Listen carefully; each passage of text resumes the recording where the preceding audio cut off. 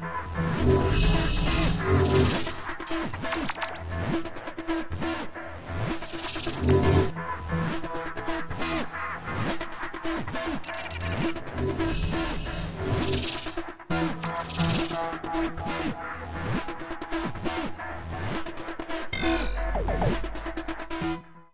evening, and welcome. Thank you to Dr. Nyhammer for that kind introduction. It's always interesting in terms of being introduced to a group of people, because as I heard her speaking, I sort of think, wow, who is that person? And I'm like, oh, wait a minute, that's me. And it's like, oh my goodness, how did that happen? But I'm pleased to be here tonight. I'm pleased that all of you joined us tonight for this presentation.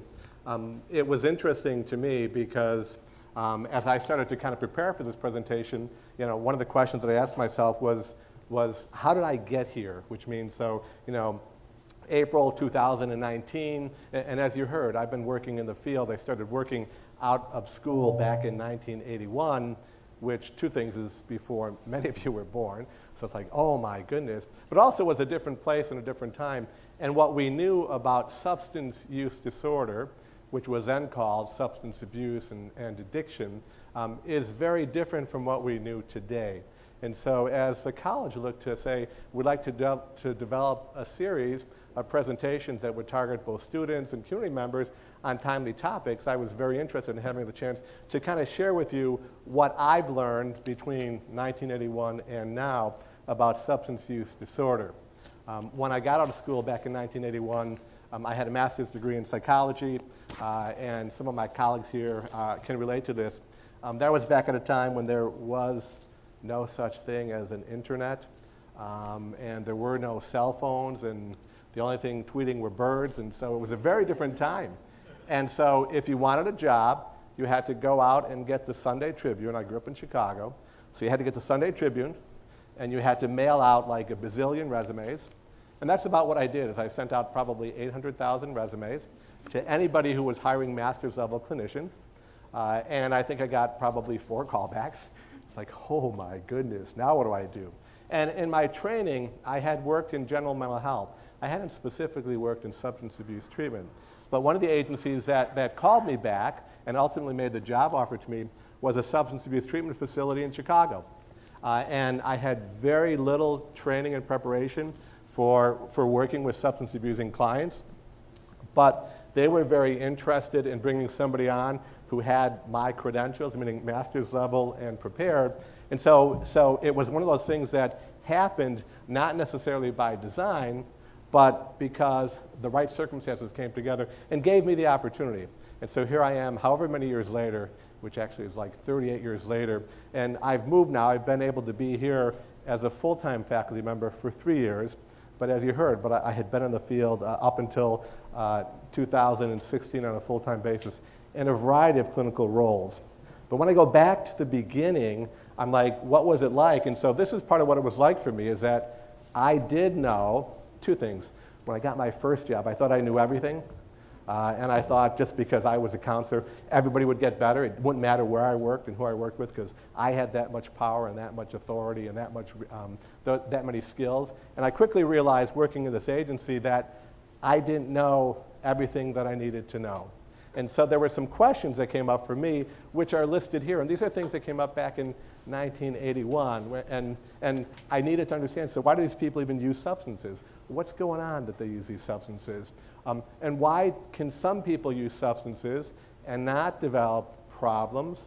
We call it today substance use disorder. But why do other people use and go on to develop substance use disorders? If somebody's using, what prevents or what keeps him or her from stopping their use? Why can't they stop? Which is a frustration that family members oftentimes feel when loved ones get involved with substances. And then also, from a clinical perspective, my interest was, what's the best treatment we can do? I worked at the time in what was called a long-term residential treatment facility. We kept people there for anywhere from 6 to 15 months in a residential program. This was a young adult program, but at the time it was like about age 15 to about age 24, which you couldn't do today due to licensure regulations. But there wasn't a planned course of treatment that really made it definitive about when should somebody leave, when are they done, when should they leave treatment, things like that. So those are the questions that came to my mind when I first started working in the field. In the time between then and now, there's been a lot that's happened, meaning not just technology. So yes, internet and cell phones and all those sorts of things, but technological advances have given us the opportunity, and when I say us, I mean researchers, people who are looking at the profession of substance use disorder and substance use treatment, to be able to look and see what is going on with people and for people who do develop these substance use disorders. And a lot of that research has said a key factor is what's happening in our brain or in their brain when they use. And so over time, I increasingly became more and more aware of what is perhaps a simplistic fact here, is that my experience, and this isn't just around substance use disorder, but this is really just around all people, my experience is that we are who we are because of our brain. And each of us has, there are some similarities, but each of us has a brain that's unique to us, in part because we have unique experiences that help make us who we are. My physical being is only limited impact of the brain, meaning so athletic skills, coordination, things like that. There is actually a brain component to that, but I wouldn't be any taller or any shorter if I had a different brain. You know, I wouldn't weigh a whole lot more if I had or didn't have the same brain. So there's very, you know, who we are, the essence of who we are is really based upon our brain and how our brain sees and perceives and is influenced and responds to the world around us. And so that's really how I got here tonight, is that I was fascinated and I said I really need to try to look at and understand how does this work and what are the implications from a treatment perspective. Now, I do want to tell you a story, but I need to ask a question first, although as Dr. Nyhammer was introducing me, I was worried because I thought my vision was going, but the lights were being turned down. So you're all still here, I believe. But when's the anybody here think about their brain recently? When's the last time here anybody thought about, so we have one person, a couple people that thought about their brain? Okay, so a few of you do, which is good. In many cases, we don't think about our brain. We pay very little attention to our brain. But when you've been in the field since 1981, you develop this unique skill. So those of you who are counselors in training, you have to wait to be in the field for 38 years. But when you get that point, you can actually talk to your brain. And that's what I did, is I talked to my brain and I said, hey, brain, I have to do a presentation about you tomorrow. Actually, I started a couple weeks ago, so this isn't just last night. So I said, hey, I have to do a presentation in a couple weeks about you in a couple weeks. And my brain was actually a little bit snarky and said, oh, yeah, here's a guy who never pays attention. You don't even think about me. I said, okay, fine, but I'm going to be talking about you. So tell me what I need to know. He said, well, just tell him what you did last night. That's an amazing story. So I'm going to tell you an amazing story about my brain, and I'm hoping you're as amazed by it as I am, because I want to tell you what happened between last night and this morning. Ready? This is good. I did highlight, though, the use of PowerPoint. I give you key words, so if I said amazing, you know it's going to be amazing. So those are my cues to my PowerPoints. But here's what happened. Last night, I actually went to bed a little bit late because I was looking at the presentation again. So for me, a little after 11 was kind of late. I went to bed last night, a little after 11. I fell asleep, got up this morning, I showered, I ate breakfast, I got dressed, I drove my car to Waubonsie Community College, and I taught my classes. Is that good? Is that amazing? Thank you. I told my brain that story. My brain was like, what? Mike, you're leaving out the good stuff. That's not an amazing story. You are leaving out all the details. This is why you never think about me. So here's what my brain told me. If you're going to tell them a story, tell them the whole story. I said, fine. What's the whole story? So this is why my brain said, here's what happened last night, Mike. You went to bed last night, a little after 11. You laid down. You pulled the covers over you. I don't know how much detail you want, but you pulled the covers over you. And I began to slow down your heart rate, your pulse, your respiration, your body temperature. I began to slow down your brain waves. And so I allowed you to go to sleep. And you slept for about 6.5 hours. But right before the alarm went off, you woke up. So when the alarm went off, you were able to reach your hand over the side of the bed without looking and silence the alarm. When you slept, I continued to breathe. I continued to keep your heart pumping. I continued to monitor and regulate your body temperature. So you didn't have to do a thing.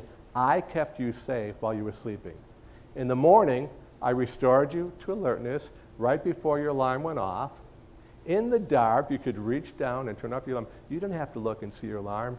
And then, in a very intricate move, I worked with your muscles on your legs and your back to roll over and to get out of bed and to stand up.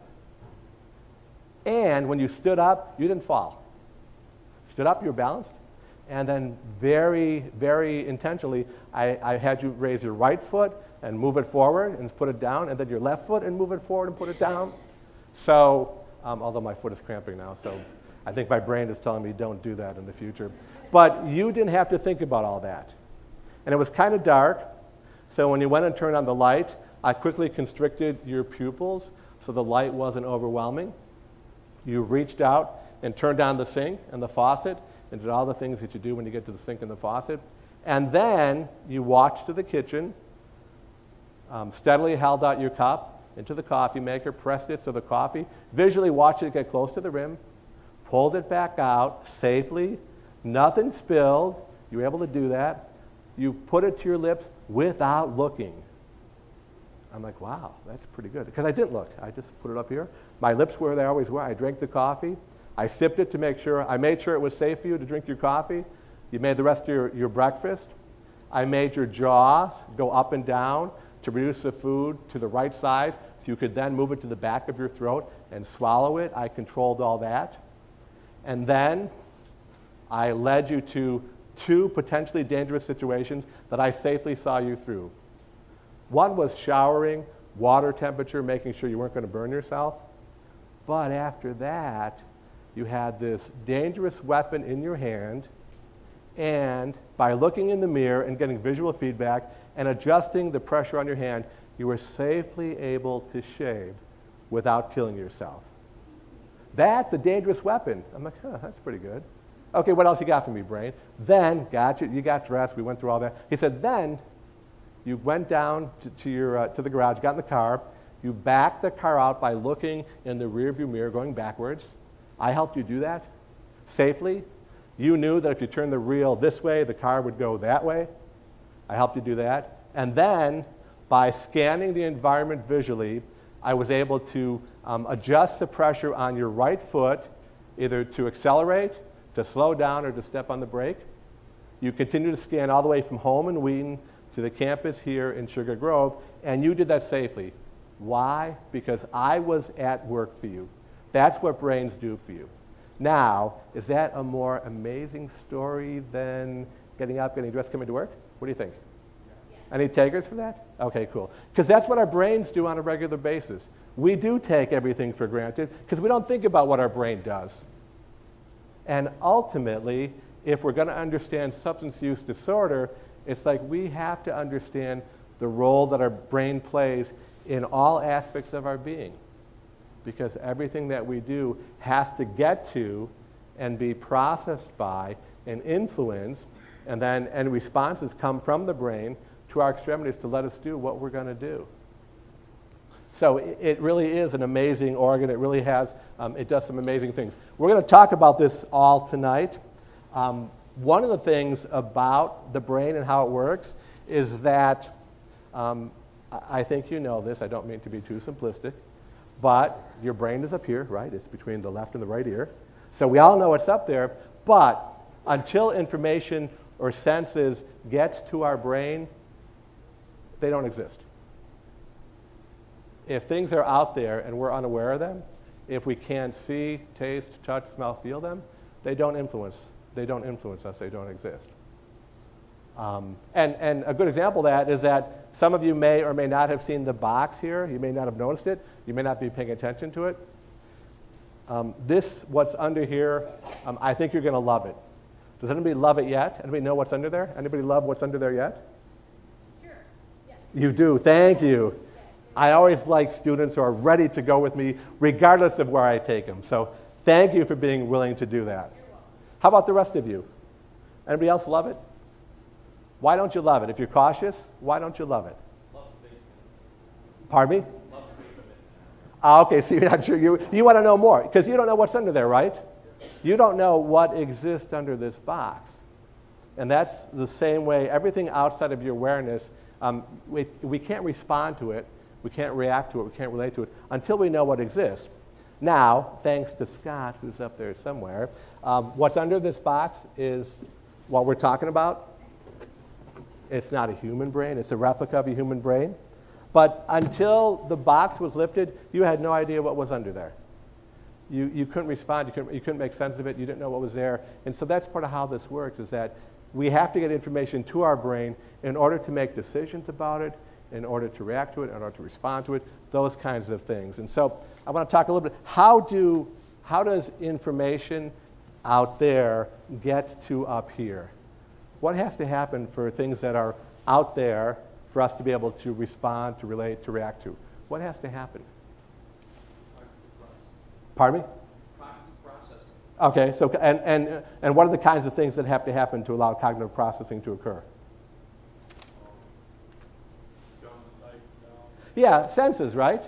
So we typically can't act on anything until we're at the point where we can see it, we can taste it, we can touch it, we can hear it. Most people think of the 5 senses: sight, sound, smell, taste, and touch. From a broad perspective, in addition to those senses, there's also our awareness of what's called vestibular awareness, things like movement and balance, which is critical. I wouldn't have been able to walk if I didn't have an awareness and my ears were not balancing me. So there's also a sense of who we are, movement in space. And then proprioception is an awareness of ourself in relationship to the world around us. And so typically, if I said to you, can you touch your nose without looking? You can. Why? Because you have proprioception. So we know where different parts of us are without having to look, without having to see. But senses play a key role. They're the only way information gets from out there to in here. I want to quickly demonstrate, let's see, let's go.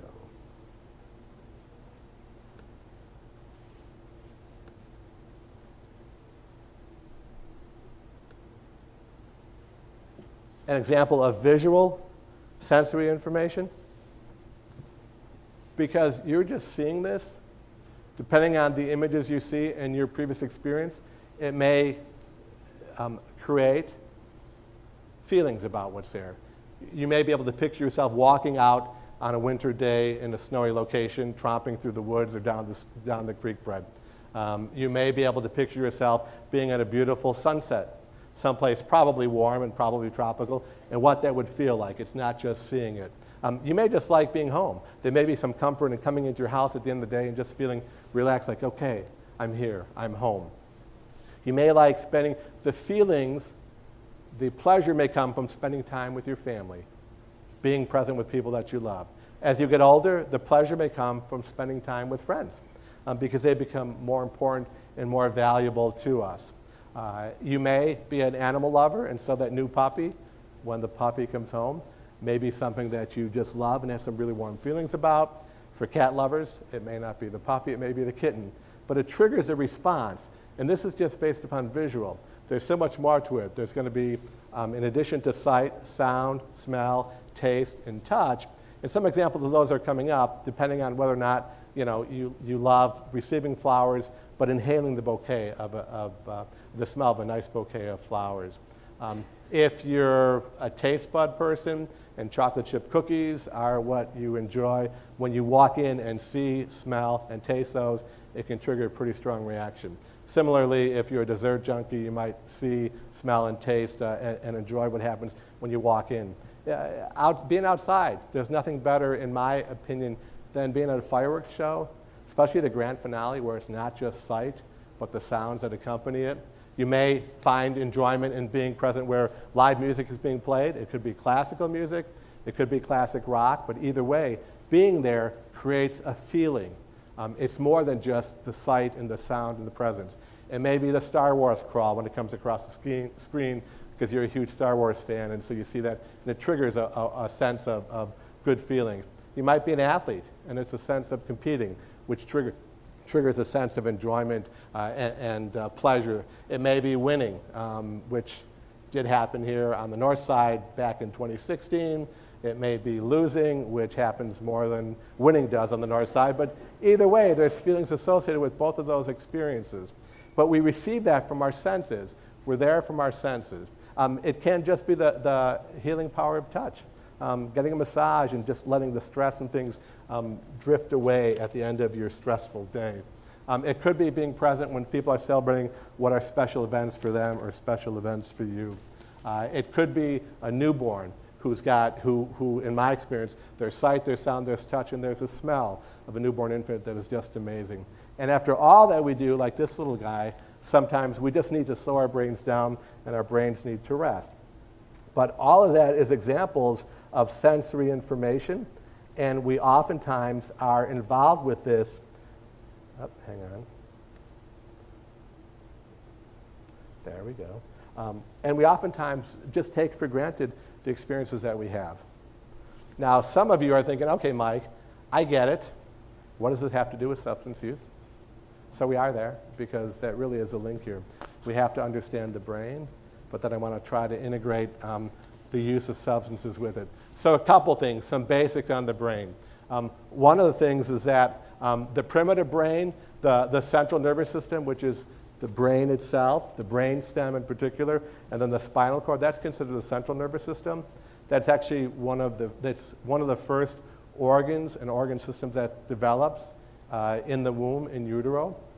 And as folks know, the head, the brain is disproportionately large at birth because the brain's so important. So at birth, the brain is typically 70% of its full size, which is amazing because the rest of the body is much less than a 70% of its full size.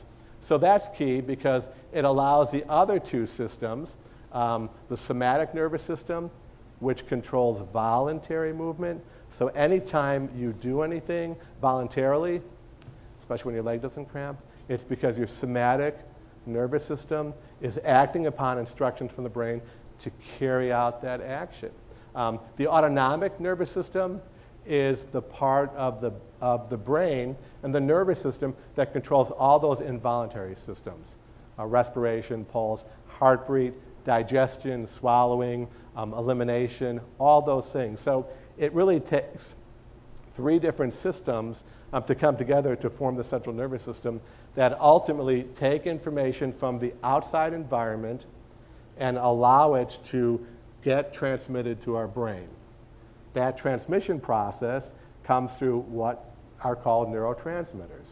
So when I experience touch here, it has to go from here to my brain for me to recognize that touch has occurred. And that impulse is carried by neurotransmitters, which will play a key role in our understanding of substance use disorder.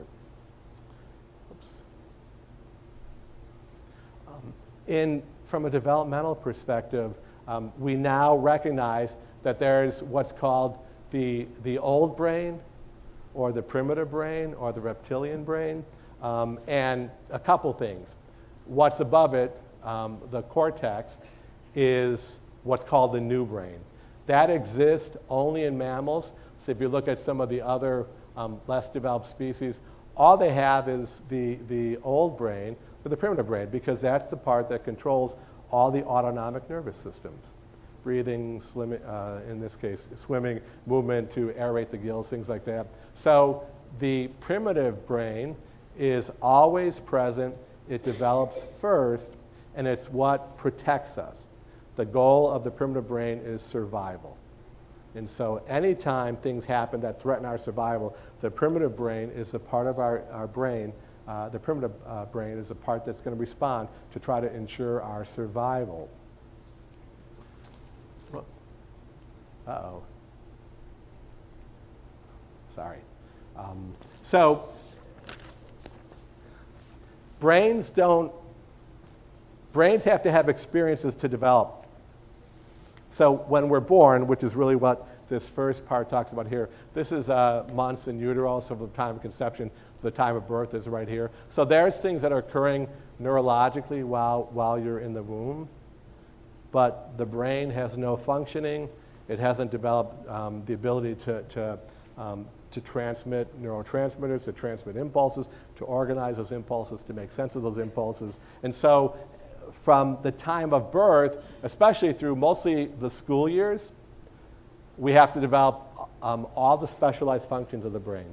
So we have to develop the sensory, the sight and the hearing response. And as you see, there's a little bit of a lag in all these things, but it really peaks at about age 2 or 3.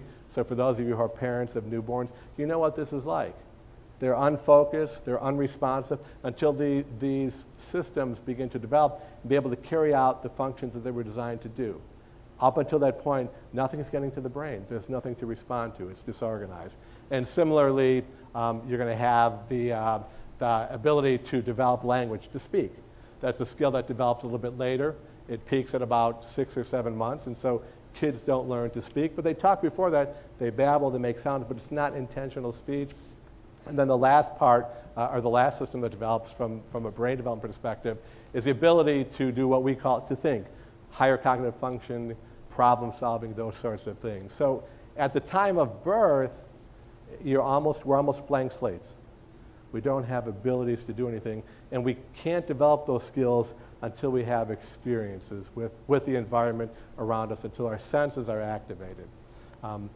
Since I entered the field back in 1981, research became more and more focused on recognizing that in order to understand substance use disorder, we have to realize that somehow the substance doesn't have an effect when it's external. It's got to get into our body, but getting into our body isn't when it has its effect. It has its effect when it gets to our brain. And so this is where the connection between brain and substance use disorder begin to occur, because it has to get there. It doesn't have any effect. You won't experience any euphoria. You won't experience any effects until it gets to the brain. And we're going to talk about how people administer things to get it there quicker. We also recognize, that in the last one here, that repeated use changes the brain. And so when I talk about the hijacking, you're going to see that the brain will change, and at some point, control is lost. Compulsion is what overrides the smart part of the brain. The new brain is the executive decision-making part of the brain. It tells us what not to do. It tells us what's risky, what's dangerous. The primitive brain, the pleasure, the survival brain, is driven specifically by pleasure and by survival. The new brain overrides it, but substances will help the old brain not respond to the commands of our more logical brain.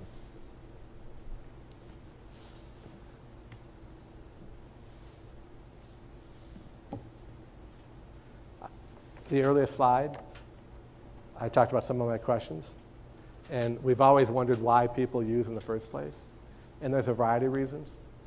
These are some of the reasons that tend to predominate, but these aren't all the reasons. Typically, people report using substances for one of two reasons. One is because of the pleasure that it creates. The use of the substance is reinforcing because it feels pleasurable. It activates the pleasure center of the brain.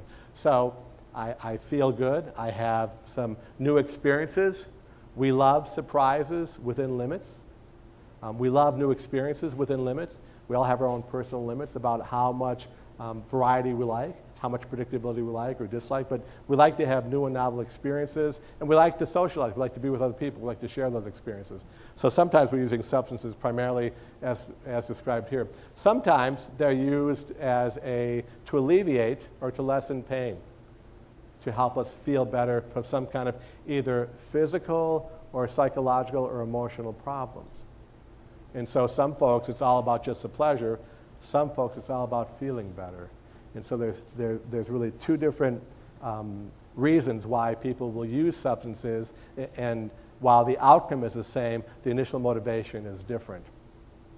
So then the question became, okay, if people start to use for a variety of reasons, but primarily either for novelty, for good feelings, or to alleviate pain, then why do some people never develop problems? What happens that some people use and can use non-problematically, and other people can't do that? And so ultimately, what we now recognize is that repeated use of the substance changes the brain, and in particular, it reinforces what we call the pleasure of the reward circuit. So my brain will learn from my use of substances that when I do this, I'm going to feel this way. And most of us are motivated by pleasurable experiences. You may have a part of your brain that steps in and says, no, don't do this. But most of us, if we do something and it feels good, we tend to repeat it. We like having experiences that help us feel good. And so, but the repeated use of the substance makes the brain adapt. And we're going to talk about those changes because that's what triggers the continuous use of the substance. That's what triggers the processes. Ultimately, not everybody who uses develops a substance use disorder. And so there's multiple things here. We're focused primarily on the impact of substances themselves on the brain, but it is important to acknowledge that we all are at greater or lesser risk of developing substance use problems. If you have a family history of substance use disorder, you're more at risk. If you come from an environment that condones or encourages or supports the continued use of more mood-altering substances, you're at risk too. And so it isn't just the brain. It isn't just the substance itself. It's a combination of factors. And when the right factors come together, it sets up the right situation for the person to develop what we now call a substance use disorder.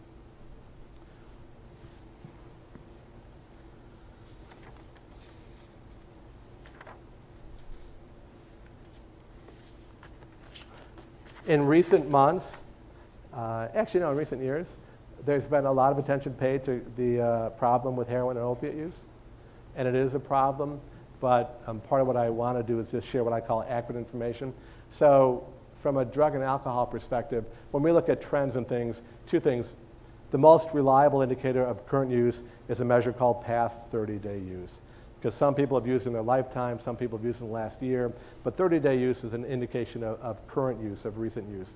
And so when you look at the data, which is from 2017 survey, the biggest psychoactive substance is alcohol. 51.7% of individuals 12 and older have used alcohol in the last 30 days. And then it drops from there. Tobacco, 22.4%, marijuana or cannabis, 9.6%, opioids, 1.3%. Opioids includes heroin. Pain relievers are identical, but they pull out heroin because pain relievers are not, heroin is not considered an acceptable pain relief medication. So whether you look at heroin and pain relievers combined at 1.3%, or pain relievers separate, prescription drugs separate, it's 1.2 or 1.3%.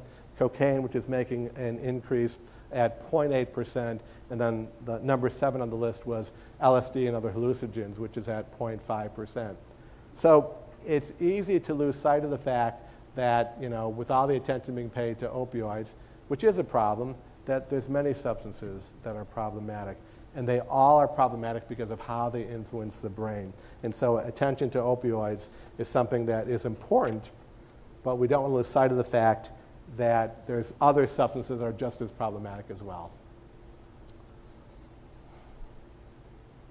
Who loves cross-sections of the brain? Anybody here?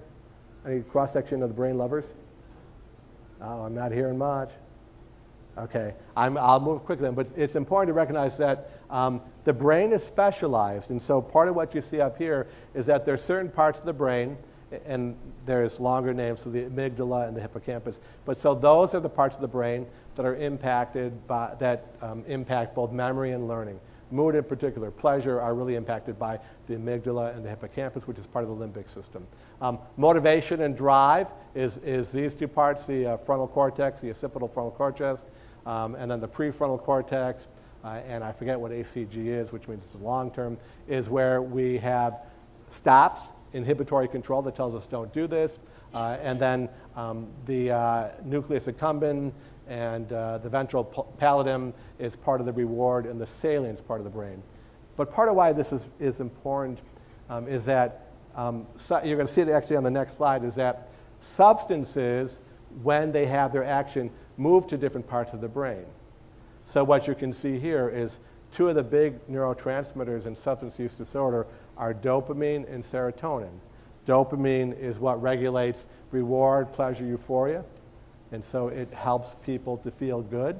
And what you see here is dopamine is released in the ventral tegmental area, but it goes to these parts of the brain. So this is what's going to be impacted when people experience dopamine surges. Serotonin, which is a calming, feeling okay substance, moves to these parts of the brain, so they're going to have different impact on people. The release of dopamine is going to increase a feeling of reward, a sense of pleasure, euphoria. It interferes with a motor function. It also, at extreme levels, can result in compulsion and what's called perseveration, which is language difficulties. Serotonin, on the other hand, calms people, it relaxes people, so it influences mood, typically in a good way. It also influences the processing of memory in a good way when it's not overloaded with it. It also contributes to both sleep and to thinking. But substances act on different parts of the brain, which is why different substances will affect people differently. I want to talk about dopamine, but I want to now go back to the primitive brain because this discussion is more about the primitive brain, is that dopamine, when your brain experiences a release of dopamine, which is a neurotransmitter, so you feel pleasure. And so when we talk about it up here, and even as I talk now, somehow I make it feel like the pleasure is not real. Anytime you feel pleasure, not just from substances, but from auditory experiences and sensory experiences, and spending time with people, listening to music, and watching things, and hanging out, that's in part because your brain is experiencing a surge in dopamine. If it wasn't, it wouldn't be pleasurable. And so that's one of the key things about understanding substance use disorder, is that it's a real experience caused by the dopamine in your brain. And it feels good. It's a biological occurrence. It's a real occurrence. And so the primitive brain emphasizes survival. And so from a survival perspective, you'll see here a couple things. So anytime you have food to eat, your brain releases more dopamine. These are rat studies, by the way, but they're pretty comparable to human studies. But so the brain experiences an upsurge in dopamine. Why is that? And similarly, you'll see on the other side, anytime you engage in sex, the brain experiences an increase in dopamine or pleasure. Biologically, from a survival perspective, why are those two things so logical? Why do they make so much sense? Why does it make sense that our brain does that?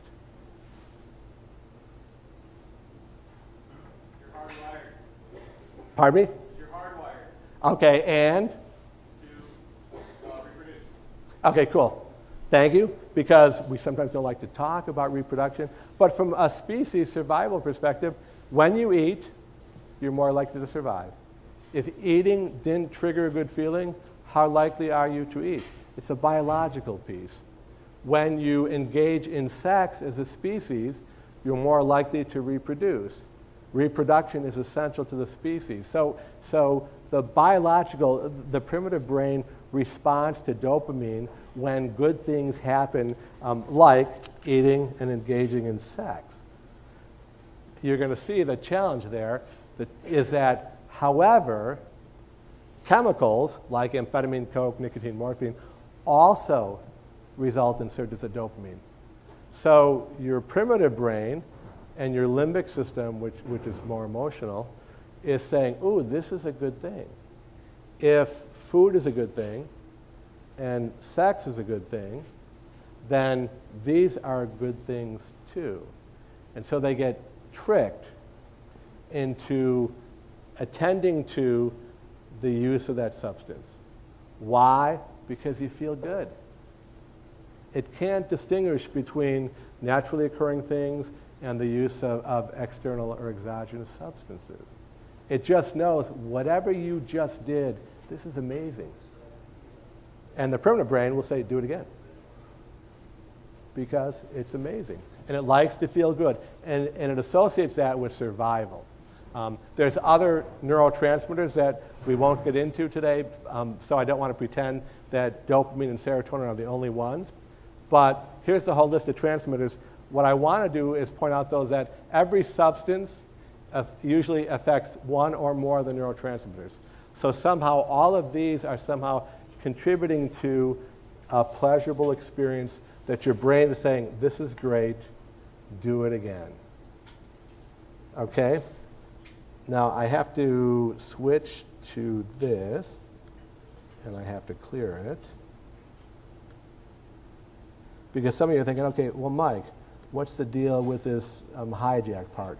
How does that happen? So I can show you that now. Because our brains like and our bodies like to be in balance. I'll explain what these mean in a second, because I'm going to use this to demonstrate something. The middle is normal. Our typical experience when you get up in the morning, you feel normal. The extremes at your far right is euphoria or extreme pleasure. And at the far left is pain or distress. And your body and your brain, and we like to be right in the middle here. We spend most of our life in the middle. And the brain tries to maintain a homeostasis. But when we use substances, it takes us right up here. It's euphoria, it's pleasure, it's intense pleasure. And when you feel pleasurable, you like the experience. When the substance wears off, you return to normal. But if we're creatures that enjoy pleasure and we link pleasure with survival, we're going to do it again.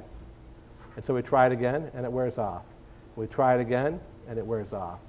And we try it again, and we start to adapt to the substance. Tolerance develops. My brain isn't as sensitive as it once was. So guess what? I'm not quite as euphoric as I was when I first started using. And now when it wears off, I'm beginning to experience a little bit of pain or a little bit of distress. Most common example of that is a hangover. When people use alcohol, when they're using, it's somewhere down at this end. Next day, they may not be feeling good. It does wear off over time. And they'll try it again and continue to chase it. And if they continue on a regular basis, what will happen is exactly what you're seeing here, which is that, so whenever I use, I'm no longer feeling as good as I was initially. And when I'm not under the influence, I feel bad. I feel like whatever. So you're going to see this shift. I'll do it real quickly. So here's the difference now, and this is the hijacking. Here's the difference. So now, when I use, I now feel normal. It's no longer the euphoria that I first had, and that's what I was chasing. I love that first experience. When I used the first time, there was nothing better. It was strongly reinforcing. And now, when I use, it's no longer euphoria. It's simply taking away the pain or distress. Pain or distress here is things like withdrawal, things like nausea, vomiting, symptom of withdrawal. And so we know we don't like to feel that. We don't like being in pain or distress. And so now I'm using not to become euphoric, but I'm using to take the pain or the distress away. That's the shift that occurs. That's the hijack that occurs. Because early on, before I went through this process, this was voluntary. I could choose to use, and I could choose not to use. If I go through this transition, now I have to use in order to feel just normal, not euphoria. It's very strong and it's very powerful.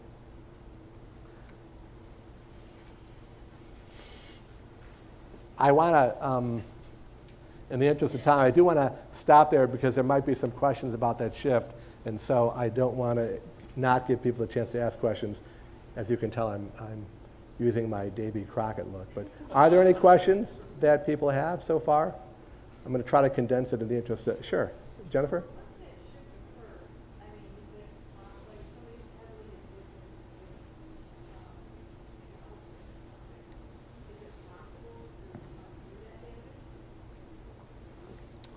Yeah, well, so here's, is it possible? Yes. Is it challenging? Yes. Because one of the things that we know about the brain is that this is all learned now. And so while the effect wasn't until I introduced the substances into my body, but now I've associated many, many things with feeling good. So rituals, having the substance, preparing to smoke or shoot or whatever it is. And so there's so many things that are now associated with that experience that even if I intend to not use again, there's cues in the environment that trigger a craving. And we talk about memories in the brain that are really hard to overcome because they're almost permanently implanted. And that's why people who can be clean for some time and they're in a situation that's what we call dangerous, and after X number of years of no use, suddenly it all comes right back because the craving and the urges are all right there. So it can happen, but it's challenging. So, other questions? Okay. So, sure. So as far as, I know you said like the normal where we usually like to be or where we usually are. Correct. But what about what would be a time limit? I mean, I know everybody's brain is different, so everyone's reaction is going to be different. But from going from normal to the euphoric and continuing with that pattern, So two things about that. Some of it does depend upon the substance that you're using. So for example, and you saw just a little bit on the slide that had dopamine levels. So cocaine, for example, is a very short-acting, intense substance.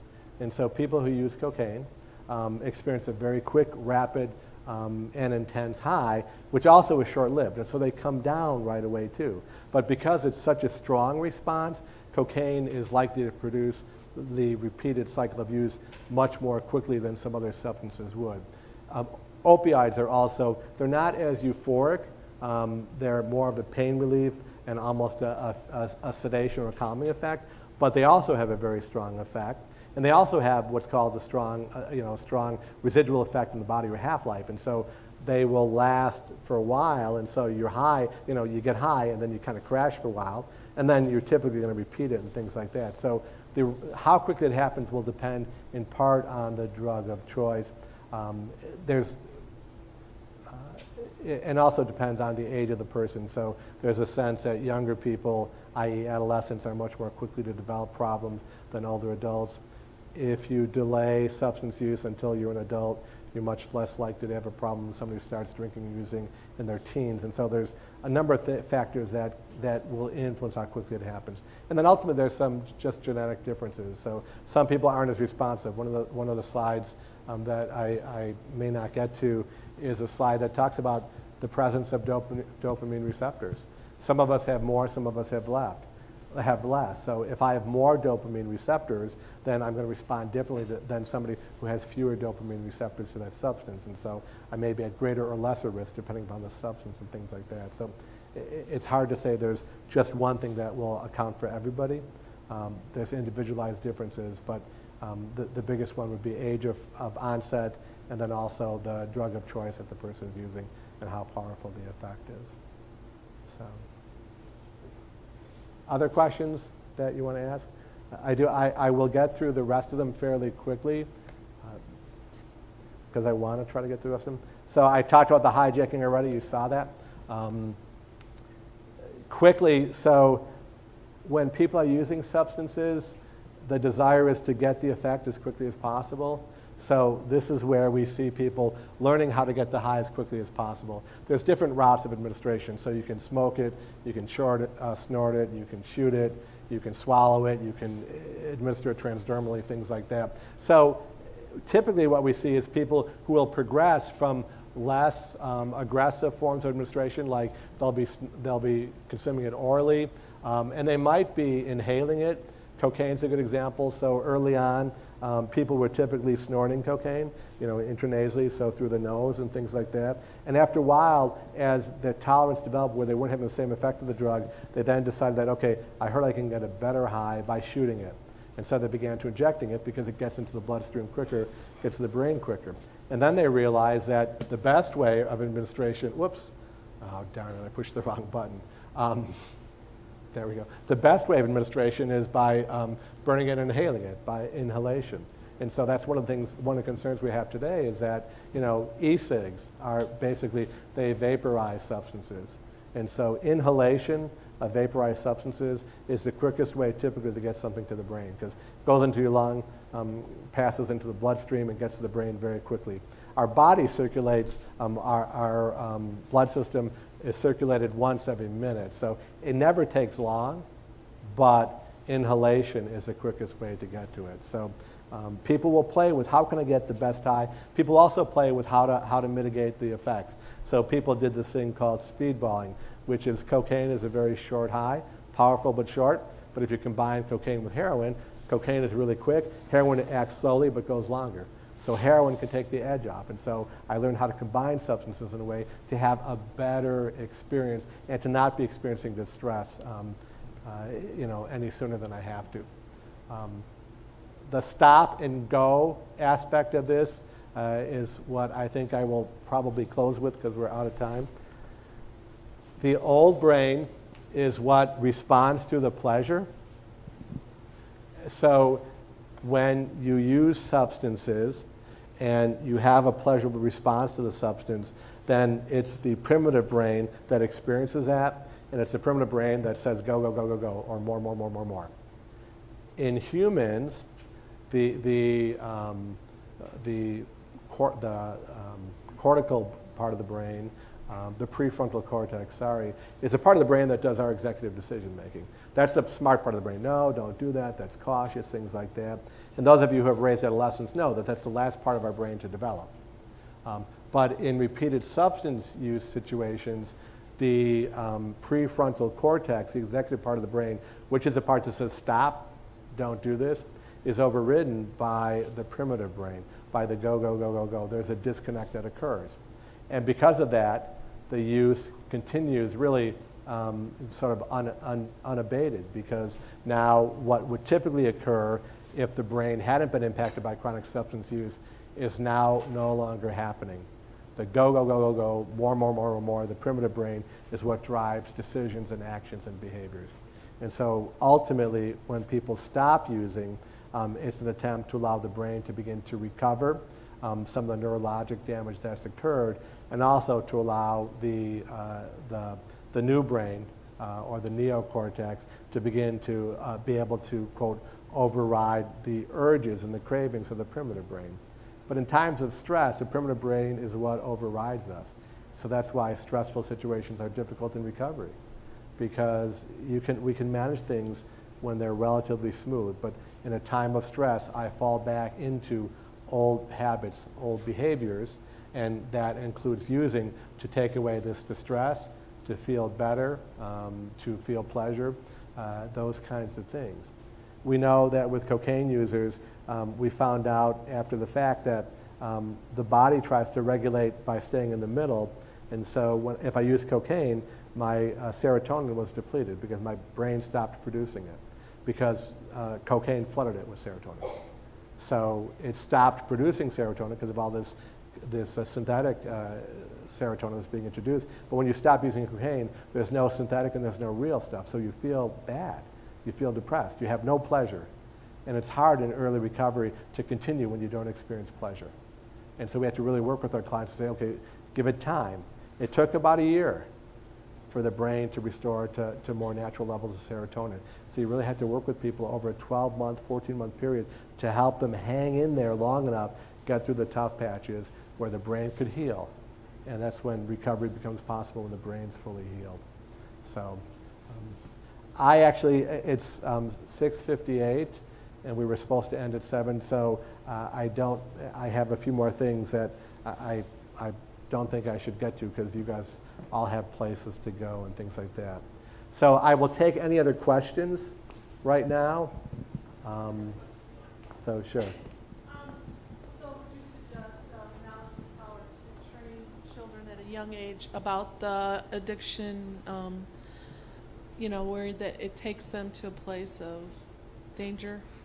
So here's my thinking on that. So the question is, should we teach children at a young age? So I think we need to have conversation with kids about that. Parental expectations are very important, even though our kids try to pretend that they're not important. And so it is really important for those of you who are parents to be able to have conversations. We sometimes avoid conversations like, ooh, I don't want to, I'm going to give them ideas or things like that. Or our kids don't have the conversations with us, but we need to create what I call family expectations around the use or the abstinence from mood-altering substances, because kids will hear that. We also know, however, that information isn't enough for anybody, which means, adults, kids, things like that. So it's also creating an environment around them where non-use is supported. Because, if you're raising a child and you're trying to teach him or her not to use substances, and they're hanging with their peer group and they're all using substances, especially when they get to adolescence and pre-adolescence, where they're moving away from parental influence, you're going to have a hard time because that's what their world is like. And so it's a combination of having conversations, clearly establishing expectations, holding kids accountable, and then following through when they violate expectations and things like that. If you become really concerned, then I would say you should go talk to somebody ultimately, because there's no owner's manual that comes with adolescence and that. So, we're like, what is this? Is this normal? Is it different? And so that's when it could be really helpful to talk to somebody who knows this, who can help you kind of decipher, is this normal? Should I be concerned? And if I'm concerned, what should I do? So, does that answer your question, or? I guess my question is, how can we, is it early age to teach these kids the danger of alcohol or substance abuse or anything? Would that scare them enough to say, hey, this is where it's headed, you're going to destroy your life, and blah, blah, blah? So typically, no. I mean, the short answer is no. So, but the important thing there is to have the conversation and to introduce a topic. So it's reinforcement of messaging that starts at an early age and continues over a long time period. But yeah, when developmentally, if I'm in 4th grade and I have to sign a pledge, just say no, I'll be drug free. When I sign that, I believe I mean that. And so it's a sincere intent on my part at age in 4th grade to do that. But when I move into middle school, suddenly I'm being influenced by other factors. And so my sincere intent in 4th grade is now different because my buddies, my peers, all have different behaviors, different expectations. So we should share the information, and that should include messaging about what we expect them to do. And we need just to keep revisiting that and reintroducing it. And it will help minimize the likelihood. There's no guarantee, but it would help minimize the likelihood. Okay, so. Anybody else have questions? Because I know I didn't think I had enough for an hour, but I had too much for an hour. So, sure, Jeff?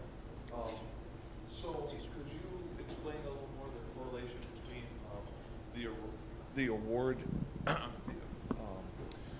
the reward cues and the controlled or the learned controlled stimulus? I didn't hear what your last part. The learn. So the correlation between the reward cues and learned stimulus, like. So if I understand the question, and you can tell me if this is so.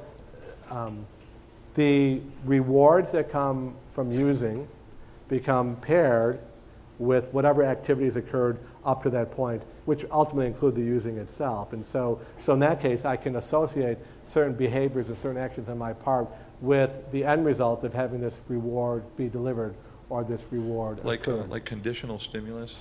Yeah, I mean. So over time, the brain changes because you have this condition. Yeah, the brain changes, or it depends on who you talk to. The brain changes, or the brain learns, and that's part of why in recovery and treatment we always talk to people about the danger. If you're early in recovery, people, places, and things, dangerous people, dangerous places, dangerous things. So this explains then why a person who feels comfortable in their using, to them it's a safe place. So somebody who's maybe trying to run from their emotions or be in denial.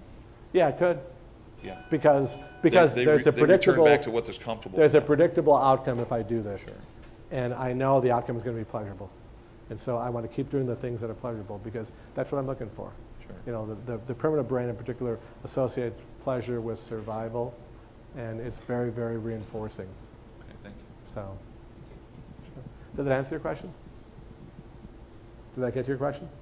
Okay, cool. Anybody else? Sure. So is there any way, I guess what I'm thinking is there gotta hit, when coping skills is basically, is this a coping skill that we can teach that other than turn to music or meditation or something like that that is available? So my quick reaction to that is two things. Everything we do has to be, quote, developmentally appropriate. So how we respond to and how we teach, again, a fourth grader certain things will be very different from how we teach an eighth grader those same kinds of things. But anything we do, there's this concept in prevention about both risk and resilience factors, or risk and protective factors. And so many of the protective factors are things that are sort of logical. So pro-social engagement, pro-social attachment, engagement with a caring adult. And so when we do things like that to keep young people socially connected, that automatically diminishes the risk of, quote, antisocial or unhealthy kinds of behaviors. The challenge always is that there is no guarantee. I mean, and that's Right. what we're all looking for, is what is the guarantee that this won't happen? But we can reduce the odds by trying to engage people. Connection to school, positive school attachment is a protective factor.